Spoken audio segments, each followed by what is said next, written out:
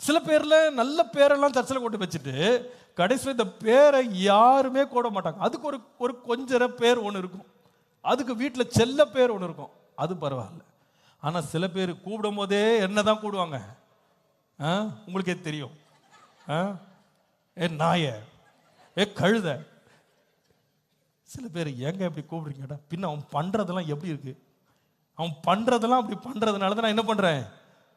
இங்க பாருங்க, ஆண்டவர் யாக்கோபை எப்படி கூப்பிட்டா, ஏ பூச்சி, ஏ புழு. எத்தனை பேருக்கு சந்தோஷமா இருக்கு பூச்சி புழுன்னு கூப்பிட்டா? என்ன அழகான ஒரு பேர் சொல்லுவோமா? ஐயோ, அந்த பேரே என்னன்னா கேட்கறதுக்கே கஷ்டமா இருக்கும் இல்லையா? சில பேர் ஸ்கூல்ல கூட இந்த பேர்லாம் வாங்கி திட்டு வாங்குவாங்க, சில பேர் வீட்டில் திட்டு வாங்குவாங்க. பாருங்க, இங்க ஆண்டவர் இந்த யாக்கோபை பார்த்து பூச்சியேன்னு கூப்பிடுறாரு. புழுவே, என்ன நிலைமையில் இருந்துச்சுங்க. ஆனா ஆண்டவர் சொல்லுகிறாரு, பூச்சி புழு என்று பெயர் பெற்ற உன்னை நான் புதிதும் கூர்மையுமான பற்கள் உள்ள எந்திரமாய் மாற்றுவேன்.